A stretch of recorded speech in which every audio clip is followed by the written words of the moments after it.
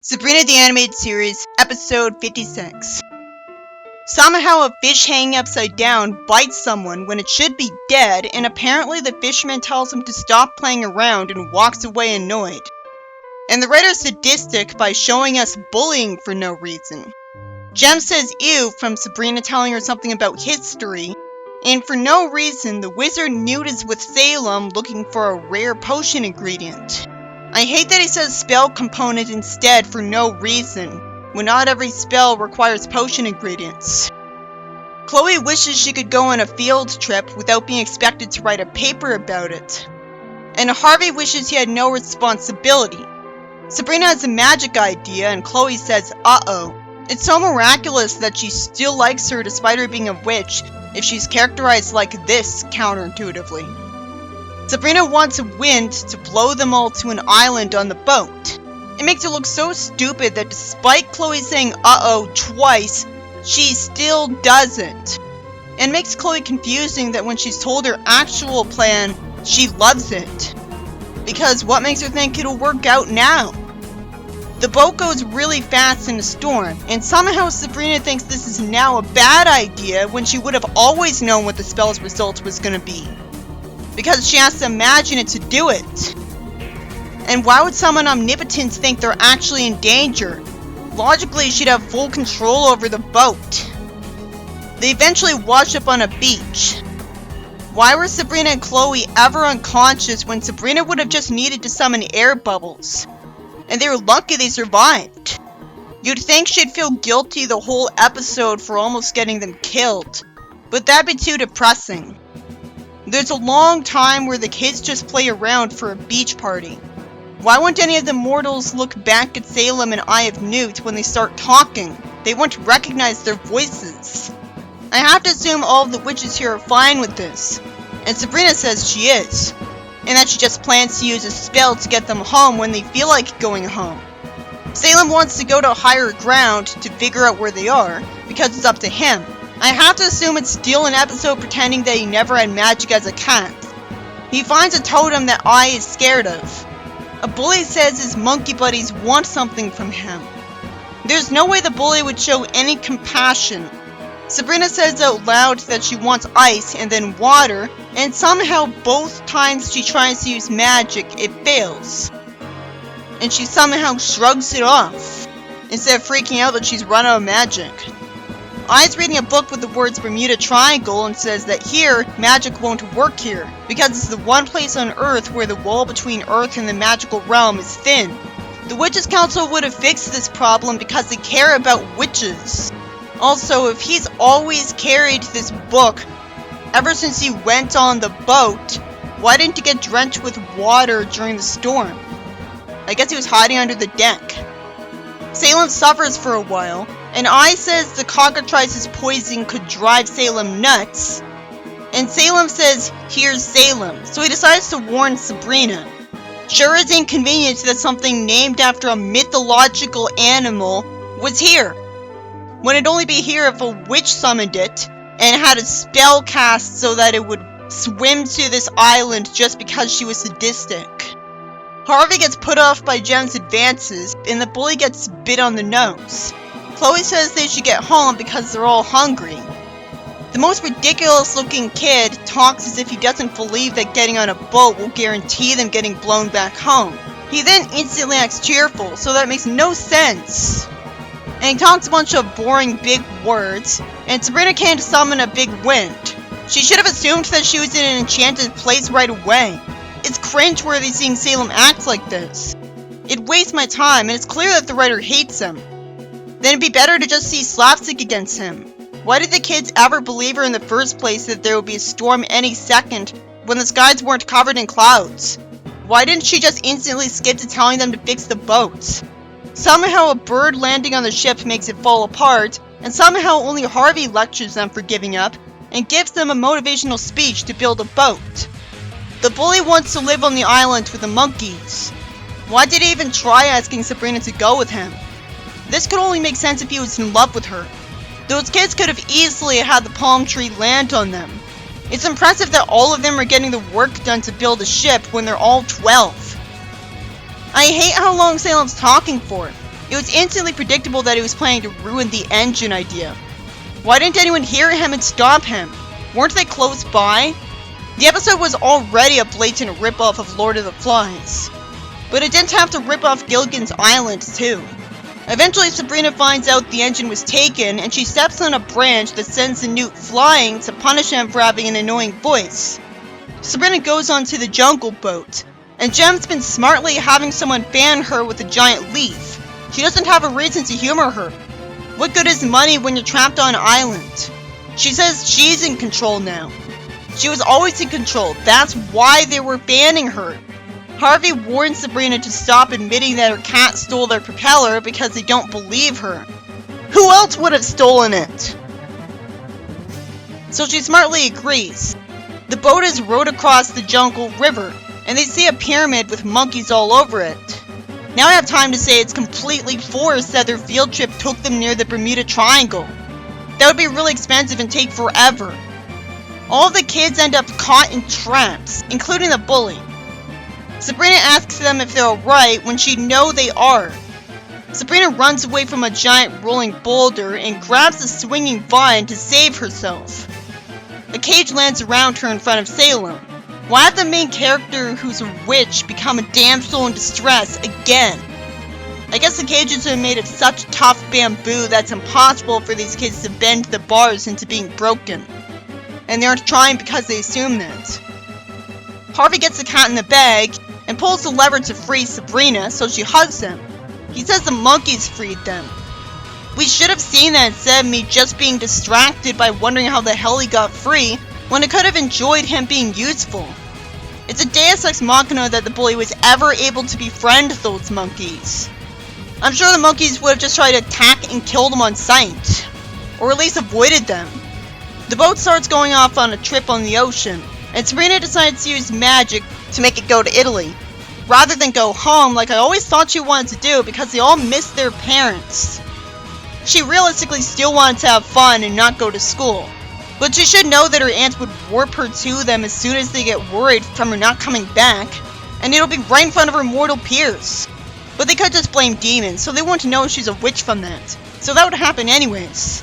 It's such a confusing ending at first, because this is a preachy show about teaching kids to become perfect, but it ends with her wanting to extend the amount of time that their parents would be missing them, and they would be missing school, risking being held back a grade when they come back. Why aren't we being told this? It is sadly in character for animated Sabrina because she agreed to skip school before, and there's really no reason that her time relaxing on a tropical island would make her want to do schoolwork again. This episode is about Sabrina getting her whole class marooned on a field trip because she didn't like being expected to write a report on it. And this time, since Sabrina spends most of her time relaxing on the beach, and everyone actually enjoys effortlessly building the boat at age 12, the conflict feels so minimal that it doesn't feel like an episode dedicated to torturing Sabrina just out of sadism, especially since the conflict wasn't that forced. It was forced that rather than her simply running out of magic, a part of Earth exists where magic can't be used, even though the Witches' Council would have cast a spell with every other witch if necessary to make that not the case anymore. This being the case for the Bermuda Triangle was ripped off from the sitcom, where a cruise brought them to the island. But it made a lot more sense that adults were near Bermuda on a cruise. Well, it's bullshit that kids on a field trip would be near Bermuda. And if the ship was in America when it started sailing, it'd have to go insanely fast to reach the island. So now I have to assume there was a speed force bubble around it to keep everyone from being flung off the boat from its speed.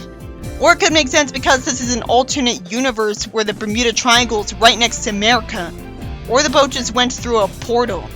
Anyways, they weren't on the islands long enough that the story felt like a punishment to Sabrina for giving her class a vacation, while selfishly ignoring the fact that the parents would think their kids died during this time. How'd you not realize that? She should have been confronted with this as the real ending, and Salem could have easily not been poisoned into insanity, which was cringeworthy every second it ate up. And it happened to force an epic climax that ripped off Indiana Jones and petered out because Harvey had to save the main character because somehow the bully befriended monkeys, so they released him from a cage. You'd think it'd be Sabrina putting Salem in the bag, and Harvey serving as the distraction. But I'd rather have a forced, exciting climax with variety than have the uneventful part of the episode drag on longer to fill out that space in the episode. But this is another example of how the show made a mistake having each episode last over 18 minutes. They'd be better off having 2 stories per episode to force them to cut the padding. I'd say this was actually a good episode, because it really felt like just a vacation for Sabrina and her class. So it wasn't really magic that was demonized so much as it was the poison that made Salem go crazy that he wouldn't have encountered if they were marooned anywhere else. Magic just got them a beach party and a sense of accomplishment. And I love that they got to earn escaping the islands themselves. Considering what the ending was, I don't know what the lesson was supposed to be. It's not that you need your parents, because they took care of themselves perfectly fine. Which makes Lord of the Flies look pathetically contrived, because of course they'd still act like themselves, not turn on each other and go insane. Of course they weren't here very long.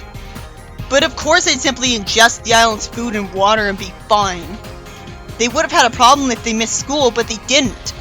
And she's getting a punishment for making parents worry about their kids, but it's not going to teach her not to do this again, as the ending shows. Well, the only lesson I can think of the episode having is that you shouldn't magically maroon your classmates to give them a beach party just to put off doing a school assignment. That lesson fails to be taught because it's clearly not guaranteed that Sabrina would have marooned herself on this island. And she didn't know the ship was going for the Bermuda Triangle, because she wasn't told about his problem or where it was in relation to her. If her aunts were responsible enough to give her this information, she still wouldn't have had a map to tell her how close she was to the Bermuda Triangle. She could have avoided this by just zapping up an island far away enough that nobody would see it. The only lesson is, don't go to the Bermuda Triangle or your witchcraft won't work and your friend will go crazy, which is probably a useless lesson. The lesson should be that she shouldn't make the kids' parents think they'll never see them again because she'll feel guilty when she comes home. But that's not the lesson because we never see her reunite with her aunts. Whatever, it was mostly a lighthearted episode.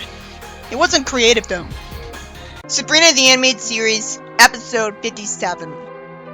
Sabrina tells Harvey he's getting better at swimming, and it's revealed out of nowhere that she's better at swimming.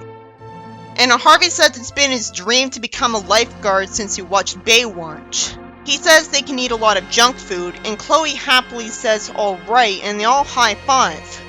Hilda snarks about homework, and a bunch of books get summoned to bury her, because it's Cliché Week. And outright weak because this is a long drawn-out TV show instead of the 90s comic this rips off. Why did Zelda still say an idiom if she was just told it was Cliché Week because of a planetary alignment? And somehow Sabrina also says an idiom when she should know it'll change how she looks. Then something heavy lands on Salem. There's no reason that Sabrina would not use magic to return the way she looks to normal. Why wouldn't her aunts do that?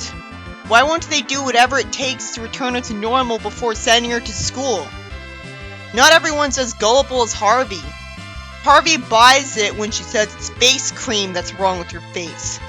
Or he's humoring her. Sabrina looks normal now, and Chloe and her plan to watch Harvey swimming in the gym. Chloe apparently thinks Baywatch sucks because he would have watched it for nothing if he failed this test. Slugloaf cut Harvey's rope, so Sabrina magically makes the little kid go across the surface of the pool really fast. Someone tells Harvey he did a great toss. Then Harvey tries CPR on a dummy. Why does Slugloaf care so much about being a junior lifeguard? Sabrina again out loud says that Slugloaf's sabotaging Harvey. So why doesn't an adult supervising this do something about it? Sabrina uses magic to bring a dummy to life and make it walk around. I don't remember there being tryouts for lifeguard duty in my schools. Aren't they young? A tsunami sneaks up on Harvey. Then he swims over to a little kid who somehow wasted time trying out for the lifeguard job. And Sabrina uses magic to prevent the tsunami from putting him under, and Slugloaf uses the lever to create a big whirlpool. So Sabrina uses magic, the lever is pulled, and a water spout sends Harvey out of it. So Harvey gets to be a lifeguard for the school pool. Sabrina cleverly lies there's a 10-for-1 shoe sale to trick Jem and her friends into leaving Harvey alone. Harvey calls Sabrina the best diver he ever saw. Harvey steals Sabrina's towel so that a girl won't catch a chill. It seems like for once he's acting like the 70s Harvey. Sabrina gets jealous of the pretty girl, saying she thinks she can dive, so she plans to do a ridiculously high dive. If nobody does that, but there's still a way to do it in a kids' school, then logically it wouldn't be guaranteed to be dangerous. Sabrina just clutches onto the diving board and has to be carried away instead of simply letting go for some reason, because she was too afraid to go diving. I guess because she's a novice witch, it makes sense that she can't cast an invincibility spell. She was too scared to think of a poem that would make that happen. She goes home too embarrassed to talk about what happened, and again Hilda says an idiom for no reason. It's not like Cliché Week magically forces witches to say idioms, because Sabrina hasn't been saying idioms in every scene. And you'd think that'd be happening to her instead of her experienced centuries-old aunts. Chloe puts her hand on Sabrina's shoulder and tries to reassure her about her jealousy, and tells her to get to know her competition for Harvey. It's just not a likable protagonist when she's always ignoring the advice of her friends. Sabrina complains to Salem that she can only become better at swimming than her by swimming like a fish. There's no way in hell that 1, Salem would know she would have said swim like a fish, and 2, why did she say that after being reminded a second ago that's Cliché Week? Salem's thankfully written to explain that you can't undo a spell caused by Cliché Week during that week, even if that is arbitrary bullshit for a lazy plot. Speaking of that, why is she being trapped in this fish body just because of jealousy? The only reason it would be a part of the plot is because it was stolen from the 90s comic. I wish I knew for sure if this writer intentionally stole this story from the 90s comic, which also had this happen to Sabrina for the exact same reason. I'm pretty sure it even had the exact same title as this episode. Sabrina goes through an experience she wishes she could forget in a bathroom as the story decides to drag on in a part of the plot that feels so arbitrary and forced that it can't remember what's happening.